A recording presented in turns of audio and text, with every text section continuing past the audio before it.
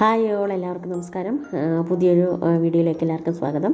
ഇപ്പോൾ ഇനിയിപ്പോൾ ഒരു 8 ദിവസമേ ഉള്ളൂ അല്ലേ, മാക്സിമം നമുക്കൊരു 7 ദിവസമൊക്കെ എടുക്കാം നമ്മുടെ 10th പ്രിലിംസിന് വേണ്ടിയിട്ട്.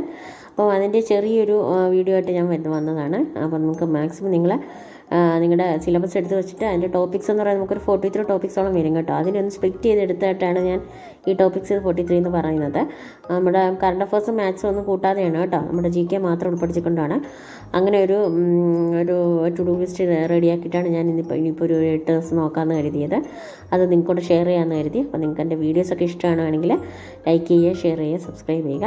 അപ്പോൾ ഓക്കെ, നമുക്ക് ആ വീഡിയോയിലോട്ട് പോകാം. അപ്പം ഞാൻ ആദ്യം ഒരു കേരളത്തിൻ്റെ നമ്മുടെ അടിസ്ഥാന വിവരങ്ങൾ ഇമ്പോർട്ടൻ്റ് ആയിട്ടുള്ള ടോപ്പിക്കല്ലേ, അപ്പോൾ അതിൽ നിന്നുള്ള 6 സ്പ്ലിറ്റ് ചെയ്താണ് എഴുതിയത് കേട്ടോ. കേരളത്തിൻ്റെ അടിസ്ഥാന വിവരങ്ങൾ, നദികൾ, കായലുകൾ, വിവിധ വൈദ്യുത പദ്ധതികൾ, പിന്നെ വന്യജീവി സങ്കേതങ്ങളും ദേശീയോദ്യാനവും, പിന്നെ മത്സ്യബന്ധനവും കായികരണ്ടം. വെരി ഇമ്പോർട്ടൻ്റ് ആയിട്ടുള്ള 2 ടോപ്പിക്കാണ്. അതെന്തായാലും മസ്റ്റായിട്ട് വേണം.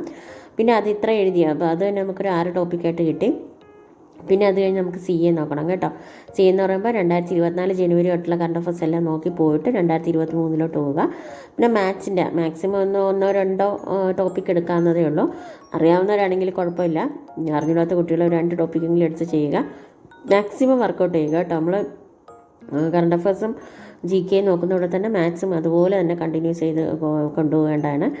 മാക്സിമം നമുക്ക് ചെയ്യാൻ പറ്റുന്ന എല്ലാം ചെയ്യുക. നമ്മൾ ബുക്കില്ലാത്തവർക്കാണെങ്കിൽ നമുക്ക് നമ്മുടെ കോർ ഏരിയ ആയിട്ടുള്ള എല്ലാ കണ്ടൻറ്റും നമുക്ക് യൂട്യൂബിൽ നിന്നൊക്കെ അവൈലബിൾ ആണ്. അപ്പോൾ അങ്ങനെ എടുത്ത് പഠിക്കുക കേട്ടോ. അപ്പം ക്വസ്റ്റ്യൻ ബൈ ആൻസർ ആയിട്ട് പഠിക്കുക. എക്സ്പ്ലനേഷൻസ് നിങ്ങൾ പഠിക്കാൻ പറ്റുന്നവരാണെങ്കിൽ അങ്ങനെ പോക്കുക. പക്ഷേ നമ്മുടെ സിലബസ് നീങ്ങുമെന്ന് എനിക്കറിയത്തില്ല. മാക്സിമം നിങ്ങൾ ക്വസ്റ്റ്യൻ ബൈ ആൻസർ നോക്കാനുള്ള ഇനി സമയമുള്ളൂ. അപ്പോൾ നമ്മുടെ ഈ ഒരു 7 ഡേയ്സിനുള്ളിൽ നമ്മുടെ മൈൻഡിൽ എത്രത്തോളം ഇരിക്കും എന്നുള്ളതല്ലേ. അപ്പം മാക്സിമം നമ്മൾ കൊടുക്കുക.